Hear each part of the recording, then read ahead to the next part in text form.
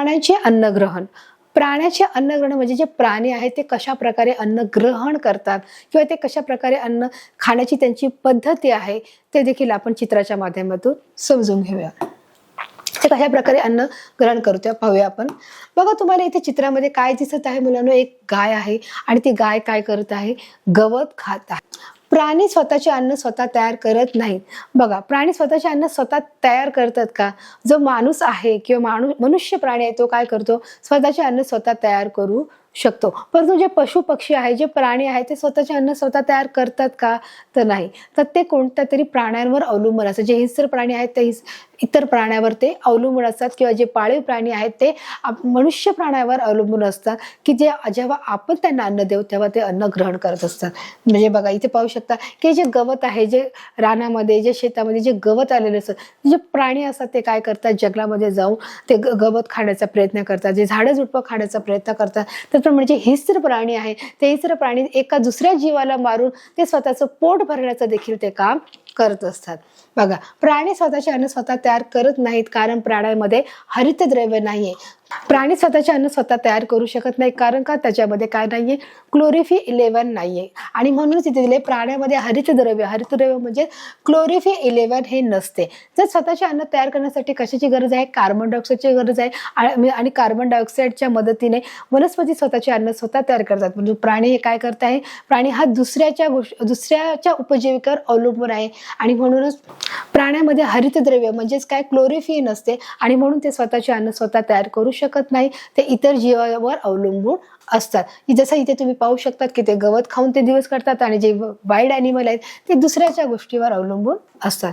काही प्राणी गवत खातात तर काही प्राणी वनस्पतीवर जगणाऱ्या प्राण्यांची शिकार करून अन्नाची गरज भागवतात. बघा, आता इथे जो रूल आहे, काही डॉमेस्टिक ॲनिमल आणि वाईल्ड ॲनिमल. जे डॉमेस्टिक ॲनिमल जे पाळीव प्राणी आहेत ते काय करतात? गवत, पाचोळा, पानं खाऊन ते दिवस काढतात किंवा प्राणी गवत खातात. तर काही जे प्राणी आहेत, जे प्राणी वनस्पती खातात त्या वनस्पती खाणाऱ्या प्राण्यांना मारून ते आपली उपजीविका करत असतात. बघा, काय लिहिले ते? काही प्राणी वनस्पतीवर जगणाऱ्या प्राण्यांची शिकार करतात. मग जे प्राणी आहेत ते वनस्पती खातात त्या प्राण्याची ते शिकार करतात आणि अन्नाची गरज भागवतात. उदाहरणार्थ कोण आहे? वाघ आहे, सिंह आहे, कोल्हा आहे. हा काय करत असतो? वनस्पती खाणाऱ्या प्राण्यांना काय करत असतो? शिकार करत असतो. आणि वनस्पती खाणारे प्राणी कोणते आहे? जे गाय आहे मुलांनो, जी बकरी आहे, जी शेळी आहे, हे सर्व कोण आहेत मुलांनो? की ते काय करत असतात? ते कडबा खातात किंवा जे आपण त्याला बोलू शकतो गवत खातात आणि ते त्या वनस्पती खाऊन ते खातात आणि ते वनस्पती खाणाऱ्या प्राण्यांना, जे हिंस्र प्राणी आहेत ते खाऊन आपलं पोट भरण्याचं जे काम करतात, म्हणजे आपल्या अन्नाची गरज भागवत असतात. हे देखील आपण चित्रामध्ये पाहू शकतो. इथे बघा, तुम्हाला दिसत आहे कशा प्रकारे. बघा, जे हिंस्र प्राणी आहे ते काय करत आहे? हा जो तुम्हाला काय दिसत आहे? हा वाघ दिसत आहे. तो वाघ काय करते? हरणाची शिकार करून खात आहे. आणि म्हणूनच काय सांगितलं की काही प्राणी जे वनस्पतींवर जगणारे, जे वनस्पती खातात त्या प्राण्याची शिकार करून आपल्या अन्नाची ही गरज देखील कशा प्रकारे भागवत आहे हे देखील तुम्ही पाहू शकता. आता आपण पाहणार आहोत श्वसन. श्वसन म्हणजे काय? रिस्पिरेशन. श्वसन आपण कोण कोण करतो? म्हणजे जे सर्व सजीव आहेत ते काय करत आहे? श्वसन करत आहे. कशाच्या मदतीने? श्वसनासाठी कशाची आवश्यकता आहे मुलांनो? श्वसनासाठी ऑक्सिजनची आपल्याला आवश्यकता आहे आणि ऑक्सिजनच्या मार्फत आपण काय करत आहोत? श्वसन करतो. हर एक जे सजीव आहेत ते काय करत आहेत? श्वसन करीत. मग ते कसे करतात पाहूया आपण चित्राच्या माध्यमातून. श्वसन हे सजीवांची लक्षण आहे. काय आहे? श्वसन करणे हे सजीवांचं लक्षण आहे की हर एक जे सजीव आहेत ते काय करणार आहे? श्वसन करणारच आहे. मग श्वसन कशाद्वारे केलं जातं? आपल्या नाकपुड्याद्वारे ते आपण श्वसन केलं जातं. हवेमध्ये असणारा जो ऑक्सिजन आहे तो आपण ऑक्सिजन काय करत आहोत? आपण घेत आहोत आणि कार्बन डायऑक्साईड बाहेर टाकत आहोत. मग हर एक जो सजीव आहे, पशु पक्षी प्राणी, हे काय करत आहेत? श्वसन करत आहेत. मग काही प्राण्याची लक्षणं आहेत इथे पाहू शकता की कशा प्रकारे. बघा, हा श्वास मध्ये घेतला जातो आणि नंतर हा श्वास इथे आपण हवा जो आहे श्वास हा टाकला जातो. श्वास घेतला जातो आणि श्वासाचा टाकला देखील जातो. हे देखील चित्राच्या माध्यमातून पाहू शकता. सजीवांना जगण्यासाठी ऑक्सिजनची आवश्यकता असते का? बरोबर. की जे हर एक सजीव आहे ते सजीव जगत असताना आपल्याला ऑक्सिजनची गरज असते. ऑक्सिजनशिवाय आपण जगू शकत नाही. आपल्या नाकपुड्यातून मिळणार जो हवेमध्ये असणारा जो ऑक्सिजन आहे तो ऑक्सिजन आपण घेत राहतो आणि घेत राहिल्यामुळे आपल्या शरीरातून जेव्हा आपण परत श्वासोच्छ्वास टाकतो तेव्हा आपल्यातून कार्बन डायऑक्साईड बाहेर पडत असतो. ही क्रिया ही सतत होत राहत असते. जेव्हा आपण शुद्ध जी हवा आपल्याला मिळते ती सकाळच्या वेळेस हा शुद्ध ऑक्सिजन असतो. जेव्हा आपण दुपारच्या वेळेस जातो असतो रस्त्याने त्या वाहनांचा जो धूर असतो त्या धुरामुळे हवा ही दूषित होते आणि दूषित हवेमुळे ऑक्सिजनमध्ये काय होतं तफावत होते आणि ऑक्सिजन शुद्ध ऑक्सिजन आपल्याला मिळणं जो गरजेचं असतो त्यामुळे न मिळाल्यामुळे आपल्याला श्वसनाच्या संदर्भात देखील भरपूर आजार निर्माण होतात. आणि म्हणून सजीवांना जगण्यासाठी जर आपल्याला जीवन जगायचं आहे तर आपल्याला ऑक्सिजन मिळणं हा फार गरजेचा आहे. जर ऑक्सिजन मिळाला नाही तर आपल्याला जो कृत्रिम ऑक्सिजन नाही मिळाला तर आपण काय केलं जातो तो आपल्याला दवाखान्यामध्ये जाऊन तो आपल्याला घ्यावा लागतो मुलांना. आणि श्वास जो आपल्याला जी गोष्ट फुकट आपल्याला निसर्गाने दिलेली आहे तिथे आपल्याला हॉस्पिटलमध्ये जाऊन तो विकत घ्यावा लागतो. आणि म्हणून हाच ऑक्सिजन हा आपल्याला हवेमध्ये हा भरपूर प्रमाणात असतो आणि तो जगण्यासाठी आपल्याला देखील त्याची आवश्यकता असते. मग हर एक जो सजीव प्राणी आहे त्याला ऑक्सिजन हा घेणं गरजेचंच असतो. ऑक्सिजन शरीरात घेणे व त्याच्या वापरातून शरीरात तयार होणाऱ्या कार्बन डायऑक्साईड शरीराबाहेर सोडणे. म्हणजे बघा मी मगाशीच सांगितलं की ज्या प्रकारे एका प्रकारे आपण जेव्हा ऑक्सिजन जेव्हा शरीरामध्ये घेतो आपल्या शरीरात त्याप्रमाणे आपण दुसऱ्या वेळेस काय करत असतो कार्बन डायऑक्साईड आपण बाहेर टाकत असतो. ही प्रक्रिया जी आहे ती चित्राच्या माध्यमातून तुम्ही अधिक समजू शकता की कशा प्रकारे बघा एकाकडचा ऑक्सिजन हा बघा घेतला जातो. ही फुफ्फुसे आहे, अन्ननलिका आहे. आपण इयत्ता 5वीतील जो पर्यावरण भाग जो 1 आहे त्याच्यामध्ये आपण अतिशय व्यवस्थित हा पाठ समजून घेतलेला आहे की जे कशा प्रकारे बघा ही अन्ननलिका आहे जी फुफ्फुसे आहे आणि अन्ननलिका तो ज्या नाकावाटे आपण काय केला जातो श्वासोच्छ्वास घेतला जातो आणि पुन्हा दुसऱ्या वेळेस काय केलं जातं कार्बन डायऑक्साईड शरीराबाहेर सोडला जातो. तर अशा प्रकारे ही जी क्रिया आहे निरंतर राहते. ऑक्सिजन शरीरात घेणे ऑक्सिजन आपण शरीरात घेतो कशाच्या वाटे नाकपुड्याच्या द्वारे व त्याच्या वापरातून शरीरात तयार होणार आणि त्याचा जर आपण वापर केला नंतर काय तयार होतं शरीरात कार्बन डायऑक्साईड तयार होतो. बघा तुम्ही हा प्रयोग करून बघा. जेव्हा आपण श्वास घेतो तेव्हा ऑक्सिजन घेत असतो आणि जेव्हा आपण सोडत असतो तेव्हा आपण काय करत असतो कार्बन डायऑक्साईड वायू सोडत असतो. कारण जेव्हा ऑक्सिजन घेतो तेव्हा आपल्या शरीरामध्ये कार्बन डायऑक्साईड वायू तयार होत असतो आणि नंतर मग तो आपण देखील रिलीज करणं हा देखील गरजेचा असतो. आणि मग तो कार्बन डायऑक्साईड हा वायू हा शरीराबाहेर सोडतो म्हणजे आपण तो टाकला जातो कशाच्या वाटे नाकपुड्याच्या वाटे हा टाकला जातो आणि म्हणूनच त्याला काय बोलले जाते श्वसन म्हटले जाते.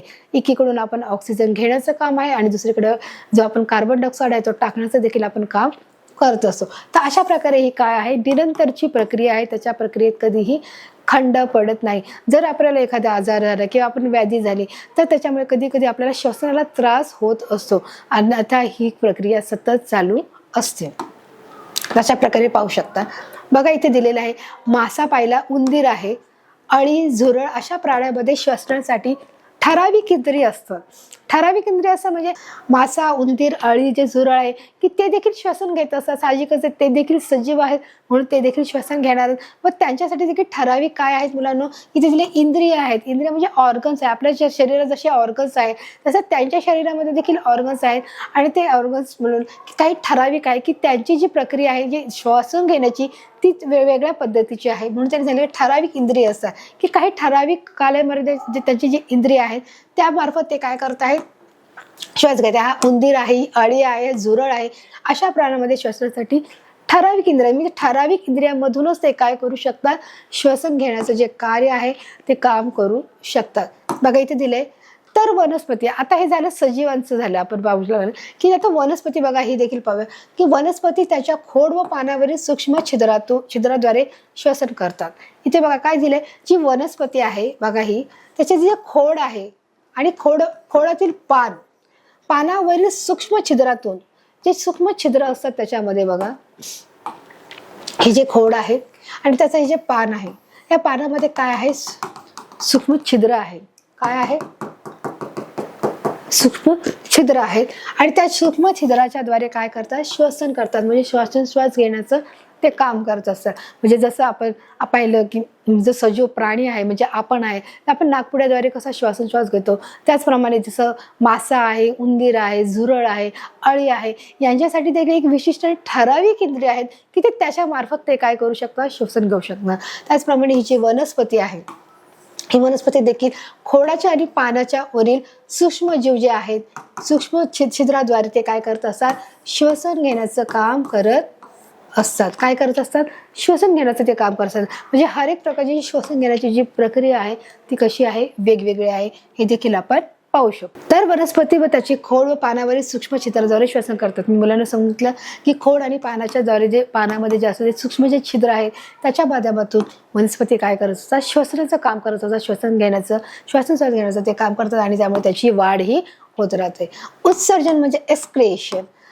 उत्सर्जन म्हणजे काय, एक्सक्रिएशन ते काय आहे बघा, आपण पाहूया की उत्सर्जनाची प्रक्रिया ही कशा प्रकारे होते ते देखील आपण पाहणार आहोत. की उत्सर्जन सजीवाची लक्षण. उत्सर्जन म्हणजे नको असलेले, टाकाऊ असलेले जे पदार्थ आहेत ते बाहेर टाकून देणे, त्याला काय बोलतात, उत्सर्जन बोलतात. की बघा अशा प्रकारे जे बाहेर टाकून दिलेले जे पदार्थ आहेत, जसं गाय आहे ते काय करत असते, जे आपल्याला नको असलेले जे पदार्थ ते खाली टाकून देते आणि मग त्याला आपण जसं बोलतो शेण बोलतो. तर त्या शेणाचा देखील उपयोग गावामध्ये कशासाठी करतात, सारवण्यासाठी करतात, अंगण सारवण्यासाठी देखील करतात. ज्या बकरी आहे, ज्या बकरी आहेत त्यांच्या देखील जे नको असलेले, जे टाकाऊ असलेले जे पदार्थ आहे त्याच्यापासून देखील शेणखत तयार करण्याचं ते काम करतात. तर अशा प्रकारे ज्या काही आपले जे पाळीव प्राणी आहेत त्यांच्या टाकाऊ वस्तूपासून किंवा त्यांच्या टाकलेल्या वस्तूपासून देखील एक खत निर्मितीचं देखील एक काम होऊ शकतं, मुलांना काम करतात. आणि उत्सर्जन ही सजीवांची लक्षण आहे की जो सर्व सजीव आहे तो काय करत आहे, उत्सर्जन करत आहे, हे देखील आपण पाहू शकता मुलांना. की प्राण्याच्या शरीरात होणाऱ्या अनेक क्रियांमधून, म्हणजे प्राण्याच्या शरीर म्हणजे दिवसभरात जे काही प्राणी जे खात असतात, जे चरत असतात, जसं गाय आहे ती गवत खात असते आणि ती नंतर रवंथ करत असते आणि नंतर निरुपयोग असलेला जो पदार्थ आहे तो ते टाकून देण्याचं जे काम करत असते. बघा प्राण्याच्या शरीरात होणाऱ्या अनेक क्रियामधून निरुपयोगी टाकाऊ पदार्थ तयार होत असतात. की जे प्राण्याच्या शरीरामध्ये काय होतं, निरुपयोगी आणि टाकाऊ पदार्थ ते शरीराच्या बाहेर टाकले जातात, त्याला काय बोललं जातं, उत्सर्जन असं बोललं जातं. म्हणजे जसं गाय आहे, म्हैस आहे, बैल आहे, त्याचप्रमाणे मुलांनो जे बकरी आहे, जे मेंढ्या आहेत ते देखील काय करत असतात की त्या सर्व गोष्टी बाहेर टाकल्या जातात आणि त्याच्यापासून देखील खत निर्मितीचं, शेणखत म्हणून देखील त्याचा वापर केला जातो. काही घरामध्ये जे त्याचं सारवण्यासाठी देखील त्याचा वापर केला जातो. अशा प्रकारे त्या शेणाचा वापर देखील होतो. शेणाच्या त्या गौऱ्या देखील असतात की ज्या भाजण्यासाठी किंवा चुलीमध्ये त्या जाळण्यासाठी आणि त्याच्यापासून स्वयंपाक करण्यासाठी देखील त्याचा वापर केला जातो. तर अशा प्रकारे याची देखील मुलांनो की त्या गोष्टीपासून देखील नवीन गोष्ट निर्माण केली जाते. आणि म्हणून इथे सांगितलं की प्राण्याच्या शरीरात होणाऱ्या अनेक क्रियामधून ज्या निरुपयोगी वस्तू आहे, ज्या टाकाऊ पदार्थ ते तयार होत असतात, ते टाकाऊ पदार्थ तयार करून होतात, त्याला आपण काय बोलू शकतो, उत्सर्जन देखील बोलू शकतो. मग इथे अशा प्रकारे तुम्ही पाहू शकता, यांना उत्सर्ग म्हणजे एक्सक्रिएटा असे देखील बोलले जाते. उत्सर्ग शरीराबाहेर टाकण्याच्या क्रियेला उत्सर्जन म्हणतात. उत्सर्ग म्हणजे शरीराच्या बाहेर टाकणे, की नको असलेले पदार्थ शरीराच्या बाहेर टाकणे, त्याला काय बोलले जाते, उत्सर्जन असे बोलले जाते. जो हर एक सजीव आहे ती ही प्रक्रिया करीत असतो. तर अशा प्रकारे म्हणून पाहू शकता की उत्सर्ग म्हणजेच काय, की नीट समजून घेणे की उत्सर्ग म्हणजे शरीराबाहेर टाकण्याच्या क्रियेला काय बोलले जाते, उत्सर्जन असे बोलले जाते. उत्सर्जनासाठी प्राण्यामध्ये विविध अवयव असतात की जे उत्सर्जन करण्यासाठी देखील प्राण्यामध्ये काय असतात, जे विविध प्रकारचे जे अवयव असतात की त्याच्या मार्फत ते उत्सर्जन हे करीत असतात. आणि त्याची जे अवयव आहे, ज्याची जे इंद्रिय आहे, जे ऑर्गन्स आहेत ते देखील वेगळे आहेत. वनस्पती देखील उत्सर्जन करत असतात. ज्याप्रमाणे हर एक जे सजीव आहेत ते उत्सर्जन करत असतात, त्याप्रमाणे जे वनस्पती देखील ते काय करत असतात, उत्सर्जन करत असतात. म्हणजे त्यांच्यामध्ये देखील नको असलेले जे टाकाऊ पदार्थ आहे, नको असलेले जे हरितद्रव्य आहे ते बाहेर टाकण्याचं ते काम करतात. जसं आपण पाहू शकतो मुलांनो की जेव्हा एखादा आंब्याचा मोसम असेल किंवा एखाद्या फळाचा मोसम असेल, मग तो आंबा घ्या, चिकू घ्या, सफरचंद घ्या, की त्यावेळी जेव्हा तो मोसम येत असतो आणि येऊन गेल्यानंतर त्याला जे बारीक बारीक फुलं येतात आणि मग ती नंतर जेव्हा तो फळ परिपक्व होतं, त्या झाडाला येतं, तेव्हा त्याचा जो काही भाग असतो तो गळून पडलेला असतो. की नको असलेले जे पदार्थ, जे नको असलेल्या ज्या गोष्टी असतात त्या टाकून गळून पडतात. त्याप्रमाणे जेव्हा नवीन बहार येतो तेव्हा जुना बहार हा टाकला जातो. म्हणजे एक नवीन गोष्ट जेव्हा येत असते तेव्हा जुनी गोष्ट ही टाकून दिलेली असते. हे देखील आपण या चित्राच्या माध्यमातून पाहणार आहोत की अशा प्रकारची हरितद्रव्ये ती काय करत असतात, ती गळून पडतात. काही वनस्पतीची विशिष्ट ऋतूत पानगळ होते की ज्या काही वनस्पती आहेत की ज्या नवीन येणाऱ्या मोसमामध्ये, जो नवीन मोसम येणार आहे, जो ऋतू येणार आहे, तर ऋतू येण्याच्या आधी जे अगोदरचा जुना जे पाने आहेत ती पाने गळून पडतात आणि म्हणजेच त्याच्यातले ते काय होत आहे की ते नको असलेले जे टाकाऊ पदार्थ आहेत ते टाकून देण्याचं काम या पानांच्या मार्फत होत आहे. बघा हे पाहू शकता, काही वनस्पतीची विशिष्ट ऋतूत काय होत आहे, पानगळ होत आहे. पानगळ म्हणजे होत आहे पानं गळून पडणे, त्याला काय बोललं जातं, पानगळ बोललं जातं. अशा प्रकारचं हे जे चित्र आहे ते तुम्ही बघा कधीतरी पाहिलं असेल एखाद्या चित्रकारामध्ये. एखाद्या आपण वही घेतो, त्या वहीच्या पाठीमागे असं निसर्ग सौंदर्य चित्र असतं आणि अशा प्रकारे जे झाडं दोन्ही बाजूने असतात आणि ते पानांचा सडा लागलेला आहे. ही पानांचा सडा कुठून आहे की वरून जे पानं पडत आहे ते काय आहे, पानगळ झालेली आहे. म्हणजे काही वनस्पतीची वैशिष्ट्य काय आहे मुलांनो, की विशिष्ट ऋतूमध्ये पानगळ होते, की जो एक मोसम आहे त्या मोसमामध्ये पानगळ होते, जेणेकरून नवीन पानं येण्याचा तो काय आहे, मोसम आहे. अशा वेळेस त्यांचा नको असलेले जे काही हरितद्रव्य आहे, जे टाकाऊ गोष्टी आहेत त्या टाकून देण्याचं काम त्या पानाच्या मार्फत होत असते. हे देखील आपण पाहू शकतो की कशा प्रकारची ती पानगळी झालेली आहे. म्हणजेच वनस्पतीच्या पानात साठलेले टाकाऊ पदार्थ. बघा इथे काय सांगितलं की जर पानगळ होत आहे याचा अर्थ काय होत आहे, म्हणजेच वनस्पतीचे पानात साठवलेले जे पानं आहे त्या पानामध्ये काय आहे, साठवलेले टाकाऊ पदार्थ पानाबरोबर गळून पडते, की त्याच्या पानामध्ये काही साठवलेले पदार्थ आहे जे नको आहे, त्याची गरज नाहीये, पण ते साठवले ते पानाबरोबर काय पडते, गळून पडलेले आपण इथे पाहू शकतो. अशा प्रकारे आपल्याला इथे दिसत आहे की ते पानाबरोबर ते काय पडले आहेत, गळून पडलेले आपण पाहू शकतो. आता एक प्रयोग करून पाहायचा आहे की आता हेच क्रिया कशी काय होते की वनस्पतीला देखील उत्सर्जन करतात हे आपल्याला कसं समजले ते आता आपण पाहणार आहोत. की बघा तो प्रयोग काय आहे ते देखील आपण बघणार आहोत. एक प्लास्टिकची पारदर्शक पिशवी घेऊ आपण, की जे प्लास्टिकची सारे जी पारदर्शक पिशवी ही प्रत्येकाच्या घरात असते. हा प्रयोग तुम्ही देखील मुलांना करून बघायचा आहे की एक प्लास्टिकची पारदर्शक पिशवी घ्यायची आहे की ज्याच्याकडून आपल्याला पाहू शकतो आपण आपण त्याच्यामध्ये एखादी वस्तू ठेवली तर ती वस्तू आपल्याला बाहेरून दिसली पाहिजे. अशा प्रकारची पारदर्शक पिशवी आपल्याला घ्यायची आहे. पुढे काय करायचं आपण पाहूया. एक प्लास्टिकची पिशवी घेतल्यानंतर ती आकृतीत दाखवल्याप्रमाणे वनस्पतीच्या एका पानावर बांधा. बघा आता या मुलीने काय केलं आहे की एक प्लास्टिकची पिशवी घेतली आहे आणि एक जे पान आहे त्या पानाला तिने काय केलं आहे, गाठ मारली आहे आणि ते जे पान आहे ते आपल्याला त्या प्लास्टिकच्या पिशवीमधून दिसेल असं तिने व्यवस्थित ठेवलेलं आहे. कळालं तुम्हाला. तिने काय केलं, एक प्लास्टिकची पारदर्शक पिशवी घेतली आहे आणि वनस्पतीच्या पानाला बघा आकृती दाखवल्याप्रमाणे वनस्पतीच्या एका पानावर बांधू, की जे एक पान आहे त्या एका पानावर तिने काय केलं आहे, बांधलं गेलेलं आहे. आता पुढे काय झालं आपण ते बघूया की ते पानाला बांधल्या गेल्यामुळे तिच्यावर काय दिसत आहे ते आपल्याला निरीक्षण करायचं आहे. 6 ते 7 तास इथे काय आहे, 6 ते 7 तासानंतर निरीक्षण करायचं आहे की आपल्याला त्याच दिवशी निरीक्षण करायचं आहे. म्हणजे उदाहरणार्थ आपण जर सकाळी जर ते पान लावलं असेल, आपण ती पिशवी बांधली असेल तर आपण ती दुपारी त्याचं निरीक्षण करू शकतो. आणि ते निरीक्षणात काय आले पाहूया. निरीक्षण केल्यावर काय दिसते हा प्रश्न आहे की तुम्ही निरीक्षण केलं तर त्या निरीक्षणामध्ये तुम्हाला काय दिसत आहे. 6 ते 7 तासानंतर तुम्हाला निरीक्षण करायचं आहे आणि निरीक्षणानंतर तुम्हाला काय दिसणार आहे की त्या जे प्लास्टिकची पिशवी आहे त्या प्लास्टिकच्या पिशवीला देखील काय झालेले आहेत, ते ओलसर झालेले आहे, त्याच्यावर देखील तुम्हाला थेंब दिसणार आहेत.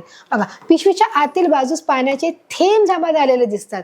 पिशवीच्या आतील बाजूस जे पिशवीची जी आतील बाजू आहे, कोणती आतील बाजू आहे, ही पिशवी आहे. या पिशवीच्या आतील बाजूमध्ये तुम्हाला काय दिसत आहे, पाण्याचे थेंब जमा झालेले दिसत आहे. पाण्याचे थेंब काय आहे, जमा झालेले आपल्याला दिसत आहे. म्हणजे ते काय करत आहे, उत्सर्जन करण्याची ही प्रक्रिया दिसते. या आपल्या उघड्या डोळ्याने आपल्याला जरी दिसले तरी आपण प्रयोगाच्या माध्यमातून आपल्याला ते अधिक आपण समजू शकतो की अशा प्रकारे की जे आपण ज्या पानाला आपण ती पिशवी लावलेली आहे त्या पानाच्या 6-7 तासाच्या नंतर आपण जर पाहिलं तर त्या पिशवीच्या आतील बाजूला पिशवी ओली झालेली दिसते आणि ती काय अशी पाण्याचे थेंब आपल्याला तिथे दिसणार आहे.